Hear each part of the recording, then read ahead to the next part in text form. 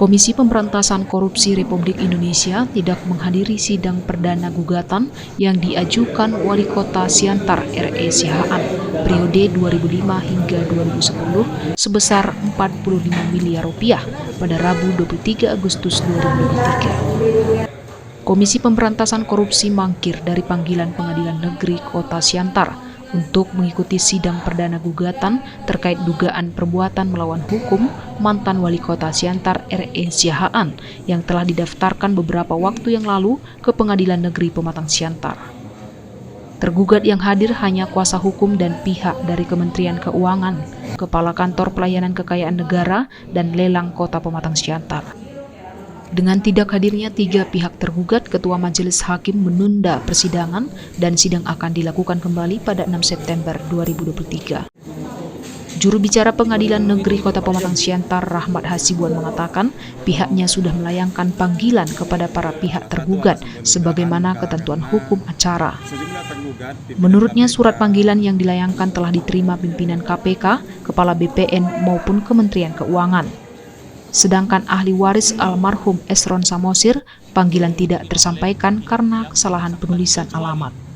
Sedangkan alasan pimpinan KPK, Kepala KPK NL Kota Siantar, dan Kepala BPN Kota Siantar tidak hadir di persidangan sama sekali tidak diketahui. Sepanjang tadi kita konfirmasi kepada Majelis Hakim, kalau dari pihak KPK-nya, pihak BPN-nya, dan pihak almarhum dari Esron tadi, kalau pemberitahuan ke pengadilan tidak ada.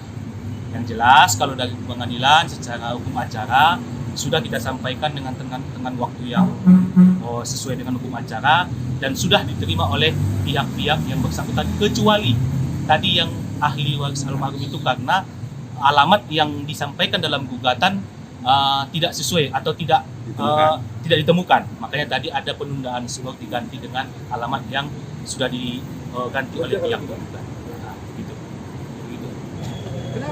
Kuasa hukum R.E. Siahaan, Daulat Sihombing, mengatakan gugatan terkait dugaan perbuatan melawan hukum oleh pimpinan KPK, Kementerian Keuangan, Kepala BPN, dan ahli waris dari almarhum Esron Samosir. Dijelaskan Daulat, salah satu perbuatan melawan hukum tersebut berupa tindakan KPK melakukan penyitaan terhadap tanah dan bangunan rumah milik R.E. Siahaan di Jalan Sutomo nomor 10 Kota Pematang Siantar. Menurutnya, KPK diduga mengubah amar putusan pengadilan yang telah berkekuatan hukum tetap dalam perkara yang dihadapi R.E. Siahaan. Apa yang inti gugatannya sama apa yang terjadi di persidangan tadi? Oke. Secara pokok ya, inti dari gugatan ini adalah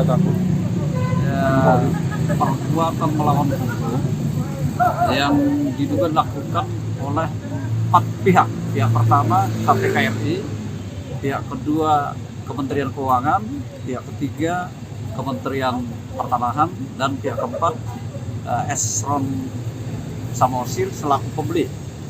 KPK keterlibatannya dalam perbuatan melawan hukum itu sebagai pihak yang melakukan penyitaan atau perampasan terhadap sebuah objek tanah yang di atasnya bangunan milik dari R.E. Siahaan. Nah, pihak kedua keterlibatannya adalah melakukan pelelangan terhadap objek tanah dan bangunan di atasnya milik R.E. tersebut atas permintaan tergugat 1 atau atas permintaan KPK. Terus keterlibatan tergugat 3 yakni Kementerian Pertanahan adalah yang mengubah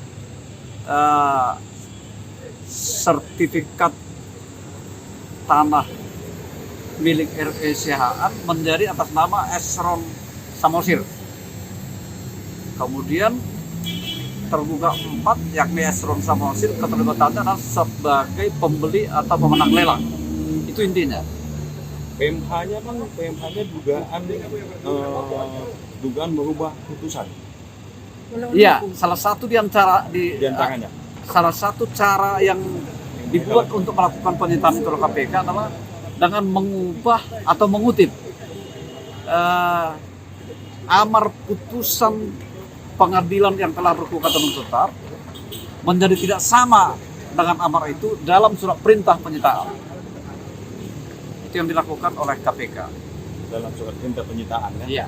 Beda isinya, bunyinya ya. Beda bunyi antara amar putusan pengadilan yang telah berkekuatan tetap dengan yang dikutip oleh KPK dalam surat perintah penyitaan tanah berikut rumah di atas itu. Bang, tadi sidang tadi gimana bang hasilnya bang?